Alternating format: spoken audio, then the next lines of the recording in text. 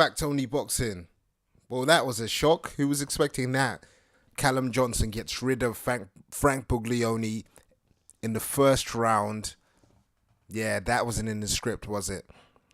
This was pretty much a routine fight. We thought, yes, Frank Buglioni gets past Callum Johnson, rematches Jose Burton, and it'll be another exciting fight, which is a toss-up kind of fight. Or he moves on to Anthony Yarde. That was the game plan. But Callum Johnson had other ideas.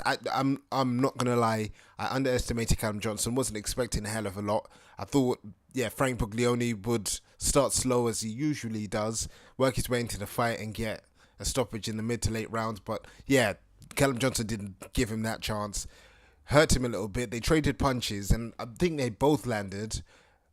Buglioni thought he got an opening to go forward and push some more, but he got caught on the way in. Callum Johnson just threw lots and lots of punches from that point on. And if we look back on it, it's not as if Frank Buglioni got hit with any one shot that was significant. It's just that he doesn't move his head and he doesn't move his feet.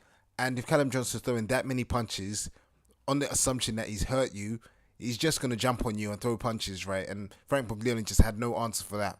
So all talk of Frank Buglioni and Anthony Yarde ends right here. Now we see what would have happened if he got in the ring with Anthony Yarde, because, yeah, Anthony Yarde is on a different level, if we were all the way honest.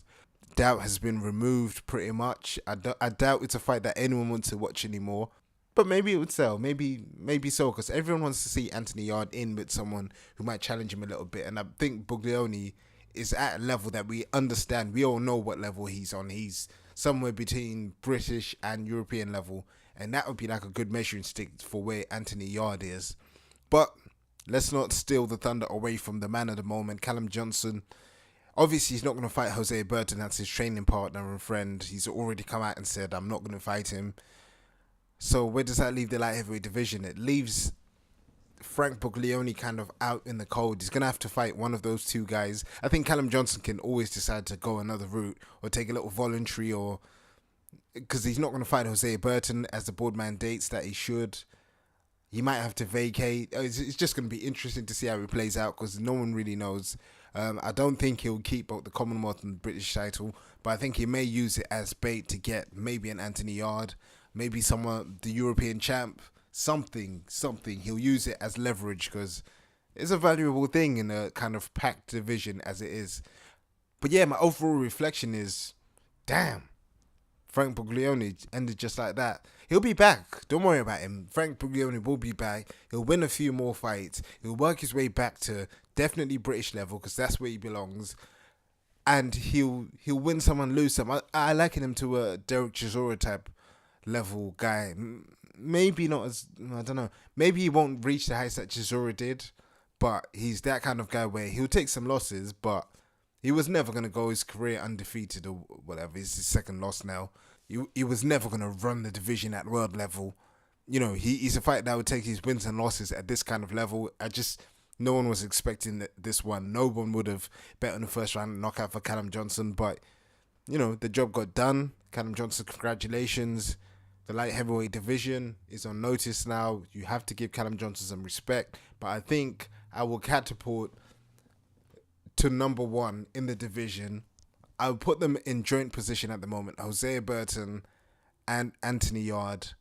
And obviously Callum Johnson is in behind them, and then Buglioni behind those guys. Because even Buglioni's win over Jose Burton, I don't know.